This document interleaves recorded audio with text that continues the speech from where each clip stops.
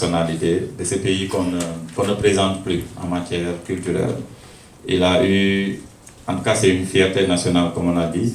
c'est quelqu'un de toutes les générations des présidents qui sont passés ici, c'est quelqu'un qui s'est vu quand même honoré par le chevalier de l'ordre du mérite. Et je pense que ça c'est important dans le domaine de la culture, quand on a une personnalité comme ça, devant des instances, des sommités comme vous, de le magnifier. Et je vous demande de prier pour lui, qu'il ait encore longue vie, qu'il ait ce pouvoir de nous accompagner en tant que jeunes,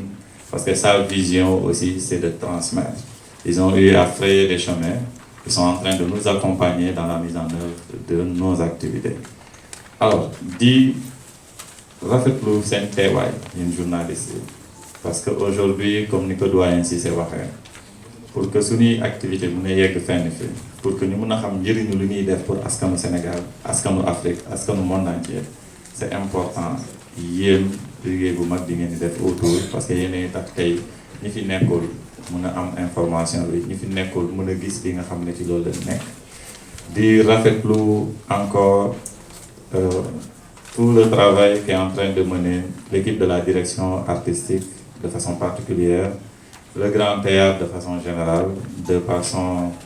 président du conseil d'administration, petit directeur général bi monsieur Ansoumana Sané bi nga xam ne tey moo am vision bii nga xam ne moom lañ nekk di dérouler bi nga xam ne tey ça rentre dans le cadre d'une dynamique de coordination collégiale inclusive toogatuñu léegi suñuy bureau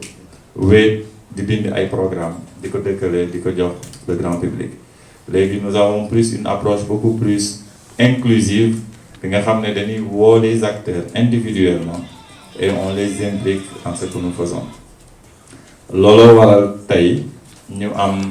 ndajewu personnalité yi am solo yi ngeen gis ci kaw table bi ma tàmbalee ko ci ki nga nekk moo nekk ci fond bi fële di waa Asiko Family ñoom dinañ ñëw ci kanam parce que ñu ngi ci programme bi am na benn activité bu mag boo xam ne moom la ñuy waajal fas yéene koo def le 26. alors Lamine la tudd ki nekk ci wetoom Abou moom it mu ngi représenter une communauté spécifique on les appelle les minorités de façon générale hein.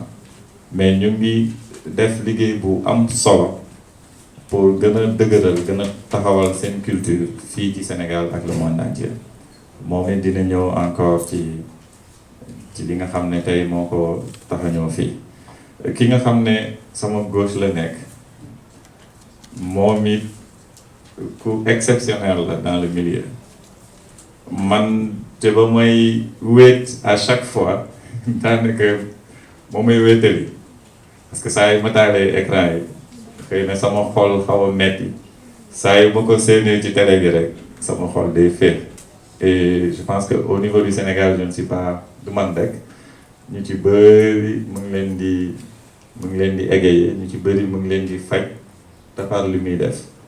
ku topp ci moom di Oumy Sène di benn partenaire bu am solo également ci ñun bi nga xam ne mooy représenter toute la dynamique de coopération bi nga xam ne moom la Grand Théâtre di am ak yeneen dëkk yi nga xam ne ñoom la ñuy liggéeyal muy Oumy Sène moom it dina ñëw ci programme bi. Alors je vais essayer de me résumer un tout petit peu en français avant d'étaler les propos en wolof. Donc nous sommes dans une dynamique de lancement de nos activités au niveau du Grand Théâtre de Dakar. Alors, comme je l'ai dit, au niveau de la direction artistique et de coopération que j'ai le privilège et le plaisir de diriger et d'avoir travaillé avec une équipe jeune, très dynamique et d'avoir travaillé également dans une dynamique d'implication et une dynamique inclusive qui fait qu'aujourd'hui les acteurs se sentent impliqués dans ce que nous faisons parce que les programmes sont organisés, sont programmés, sont réfléchis avec les acteurs et pour les acteurs et ça permet aujourd'hui au grand public d'être beaucoup plus réceptif. Si vous avez vu un tout petit peu ce qu'on a eu à faire l'année dernière, c'est le fruit aujourd'hui de cette coopération. Nous marquons de plus en plus de présence au niveau du Grand Théâtre de Dakar en termes d'affluence, en termes d'implication dans nos activités que nous menons. Et ça, on a eu droit à ça grâce à cette dynamique que nous avons entamée depuis l'année dernière, qui est une dynamique inclusive qui permet aux acteurs de s'imprégner et de prendre à bras de fer leur propre programmation, qui est notre programmation pour le grand plaisir du public sénégalais. Alors donc aujourd'hui, nous voulons juste vous présenter notre programme du trimestre, janvier, février, mars, qui est le premier trimestre, et avec une panoplie d'activités. Donc vous avez tous reçu le programme. Je vais juste faire l'économie pour permettre à nos partenaires d'expliquer eux-mêmes c'est quoi le contenu de la programmation. Sachant comme quoi qu'avec la vision du directeur général, avec la vision de l'administration du Grand Théâtre de Dakar, nous avons une programmation pour les tout petits, parce que nous sommes convaincus que les enfants accompagnés ont aussi droit au spectacle. De plus en plus, les spectacles se font de façon tardive, et qui fait que ces couches sont vraiment laissées en rade. Donc pour cette dynamique que nous avons on est en train de préparer un programme de 10 février pour un comédien 1-3. Vu que depuis qu'on travaille dessus, c'est le support communication en même temps pour les démarches au ministère et autres, les parrains et autres. Vu ce qu'il a dit, je peux vraiment assurer cela. Le manquant du ministre de la Culture à notre côté, pour notre travail, ce qu'on est en train de faire pour le moment, vraiment il y a un manquant. Parce que nous, on a besoin de notre ministre à nos côtés si on a des programmes. Parce que quand on fait un gouvernement juste côté politique ou bien côté culture, je pense que si on a besoin de lui, il doit être présent. Depuis lors, on attend de faire des démarches pour le voir. On a écrit, je pense, que des demandes d'audience et tout. Vous voyez, programme déjà, le 10 février, c'est déjà arrivé. Ça ne reste pas beaucoup. Donc, on est en train de faire la presse pour pouvoir réussir l'événement. Parce que Grand Théâtre, ce n'est pas un petit endroit. On doit le remplir. Pour notre maigre moyen, tu vois, on a fait des demandes, des soutiens et tout. Bon, c'est normal, on doit le faire. On a fait des invités et tout. Et puis comment dirais-je, des parrainages et tout. Bon, on est obligé de le faire quand même. Mais on a besoin du ministre de la Culture à nos côtés pour nous soutenir au moins, pour nous accompagner. C'est très important. Voilà. Surtout dans le concept un comédien, un toit. Parce que de nos jours, comme moi, si artiste comédien, si je tombe malade, je n'ai pas des moyens. Je suis obligée, on va faire des quêtes pour me soigner, ou bien soit que j'écris, je demande à mes amis artistes, comme ce que fait UDAC. On fait une cotisation.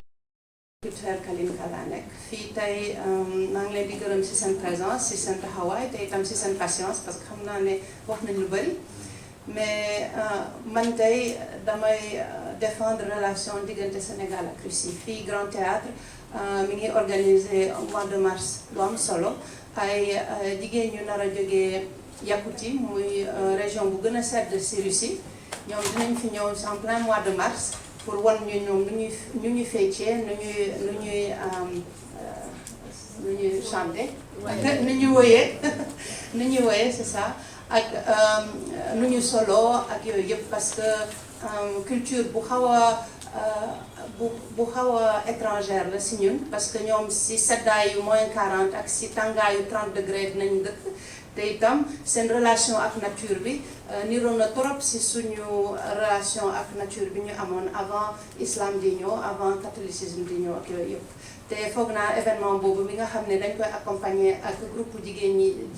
ñuy jouer fii dina tax ba dinañ gis benn combinaison bu intéressant moo tax itam ñu ngi invité ñëpp pour que ñu ñëw 8 mars fii ñu fecc ñu tàccu ñu seetaan te dina neex te balaa boobu ñëpp ñi nga xam ne ay professionnel voix lañ suñu bëggee inscrire ci Grand Théâtre pour am échange am nañu ay masterclass ñu organiser parce que comme ni ko Samba waxee su fekkee bitim réew day ñëw ci yow balaa moo dem il faut mu jàngal la dara mu jàng ci yow dara yow itam soo koy teeral nga won ko li ngay def mu won la li muy def ñu ñaar ñu ànd dem ci kanam en tout cas daal loolu mooy idée bi jërëjëf. parce que dama nekk benn label bu ñu wax Jëfandoor njiit bi nekk Jëg Jam Diouf mu génneel ma benn album de 10 morceaux ñu war a def lancement album bi suba incha allah 10h fii di Grand Théâtre dama koy gërëm ci liggéey bu muy def ndax Abu yàgg na fi Abu moo defoon publier sa warga Cheikh Baba def benn album ak Talla Diagne bi mooy suma deuxième album mu fekk ma vraiment ma toog à côté mu ne ma kaay ñu liggéey parce que fii artiste ba fa war a jaar ko am dara ak ko amul dara kon ñoo ngi koy gërëm ci liggéey boobu muy def liggéey bu rafet boobu vraiment kontaan nañ ci trop et puis ñoo ngi invité ñëpp parce que Sénégal fii benn boolu ceebu jën la bu ñuy togg ba mu neex ku nekk da ngay raxas sa loxo dugal daal di lekk ba suur raxasaat sa loxo daal di génneewaat foofu loolooy Sénégal moo tax ñu tuddee ko réewum jàmm waaw mais nag Olof Njaay aussi dafa am lu mu lépp dafa ne ku dem kër docteur te waxoo sa jàngoro vraiment dinañ la sikk comme que tey suñu mbokk journalistes yi nga xam ne ñu ngi fii ñu ñaawoon ñi nga xam ne vraiment lu avancé ci dëkk bi ñoom ñoo tax ñu avancé dama am loo xam ne vraiment metti na ma fa ma wax ko fi quoi. je suis un artiste sénégalais Mour artiste naar la nekk fii di def musique moderne di def musique traditionnelle di animer ci bépp cérémonie Mour bu am fii ci Sénégal ak même génn Sénégal yenn saa yi ma dem Gambie yenn saa yi ma dem Mali yenn saa yi ma dem Mauritanie xam nga may def spectacle bu mag woo naaru Sénégal yëpp am na kee Mauritanie la jógee mi ngi ne toog kee mooy mu ngi jógee fu sori ñëw fii vraiment ma def li ma war en tant que sénégalais en tant que artiste dem déposer suma këyit te ministre de la culture amul lu may defal di ma delloo lettre naan ma xaalis amu fi vraiment loolu je suis désolé quoi loolu moom dañ ko war a lijjanti parce que on est des artistes bu ñuy jàppalee fii amul ku ma am ndey ku ma amul ndey mani mbaam bi lu mu gàtt ci jur gi la bokk man Abou Fall jur gi laa bokk naar laa nag mais fii laa juddoo fii laa yoroo fii laa defee lépp fii laa dalee baax kon lu ñuy jox artistes yi si des dañ ma ko war a jox man parce que damay dajale tous les naar Sénégal fii Grand Théâtre te c'est la première fois kon nag dañu war a gëstu ngeen jéggal ma di wax ji il faut ma jàllale ko quoi kii l'essentiel maa ngi gërëm ñëpp vraiment di ñaanal Sénégal